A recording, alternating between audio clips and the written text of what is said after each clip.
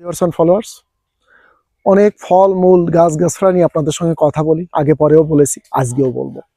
তো 12 মাসে 12টা ফল খেতে হয়। এই সিজনারি ফল খেলে শরীরে বল শক্তি বৃদ্ধি হয়। আমরা অনেকেই ফল খাই না। আরে বাবা, আপেল কিনতে পারি না, অনেক দাম। আঙ্গুর কিনতে পারি, অনেক দাম। আমাদের দেশে অনেক ফল আছে যে ফল খেলে দেহে বল বৃদ্ধি হয়। আপনার দেশীয় ফলের মধ্যে অনেক ফল। আমরা ছোটবেলায় একটা বিস্কিট খেতাম, তার নাম ছিল পাইনঅ্যাপেল। পাইনঅ্যাপেলের গায়ে যে ফলের ছবিটা থাকতো তার বাংলাটা হচ্ছে আনারস। এই আনারসকে আপনি চেনেন? আসুন গাছটা দেখাচ্ছি। এই হচ্ছে আনারস গাছ। এই আনারস এমনই একটা ফল, সবাই আমরা খাই। কেউ ইচ্ছাকৃত খাই, অনিচ্ছাকৃত খাই, বেড়াতে গেলে খাই, দোকানে ঘাটে যেয়ে খাই, কিন্তু ঔষধি গুণটা কি জানি আমরা? আপনি যদি আনারস ফল ঠিক মতো খেতে পারেন, মাঝে মাঝে খান, আপনি জীবনে একটা রোগে আক্রান্ত হবেন না। তার নাম হচ্ছে কিডনি। কিডনি রোগ একবার হলে আপনার পয়সা থাকলে আপনি হয়তো কিছুদিন বাঁচবেন, সারা জীবনে কখনো বাঁচবেন না। হায়াত মৌত আল্লাহর হাতে, এটা আমরা সবাই জানি, কিন্তু শরীরটা তো আপনার হাতে।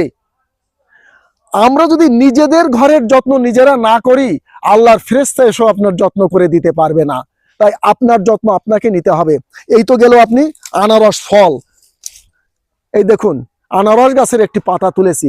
এই যে কচি জায়গা দেখছেন না, এইটা এরকম কেটে থেতো করে আপনি যদি সকালে ওই বাচ্চাদের খাওয়ান, নিজে খান, বুড়ো কৃমি আপনাকে রাত্রে ঘুমোতে দেয় না, কিচকিচ কিচকিচ কিচকিচ করে রাত্রেও ডিউটি শুরু করে।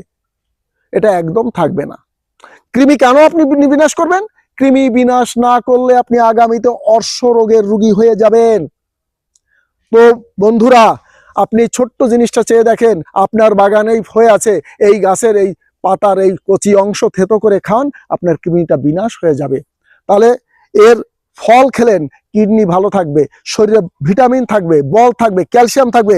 এর এই পাতায় তাও গুণাগুণ। এরকম বাংলার অজস্র গাছ রয়েছে যা আমরা সঠিকভাবে এর গুণাগুণ জানি না। আপনাদের এই সঠিক গুণাগুণ জানানোর জন্য আমার এই বনে জঙ্গলে ঘুরে এই প্রয়াস করা। কারণ আমি একজন আয়ুর্বেদিক ডাক্তার। আমি আপনাদের এই সাজেস্ট করছি যে বাংলার গাছের বুকেই আপনার সুস্থতা লুকিয়ে আছে। আপনাকে শুধু খুঁজতে হবে আর তথ্য জানতে হবে, অপরকে জানাতে হবে। ধন্যবাদ সবাইকে। আমার এই ভিডিওটি ভালো লাগলে, তথ্যবহুল মনে হলে আপনি অপরকে জানান এবং শেয়ার করে দিন।